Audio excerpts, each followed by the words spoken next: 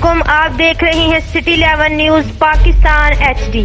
खबर शामिल करते हैं जड़ावाला से हमारे नुमाइंदा मोहम्मद शफीक की रिपोर्ट के मुताबिक अदारा मुनीर असलाम वेलफेयर फाउंडेशन चक नंबर 65 गाबे का महाना अजलास गुज़िश्ता रोज मुनक्कद हुआ, जिसमें सरपरस्त आला सज्जाद नशीन दरबार आलिया चिश्तिया निजामिया सुलेमानिया पीर सैयद गुलाम मोहिउद्दीन शाह, पीर सैयद गुलाम मोहिउद्दीन शाह, सदर फैसल मसूद मलक, नायब सदर Ali Murtaza, general secretary doctor Naseer Ahmad, Hafiz Sagheer Ahmad, Ehsan Malak और दीगरान ने शिरकत की।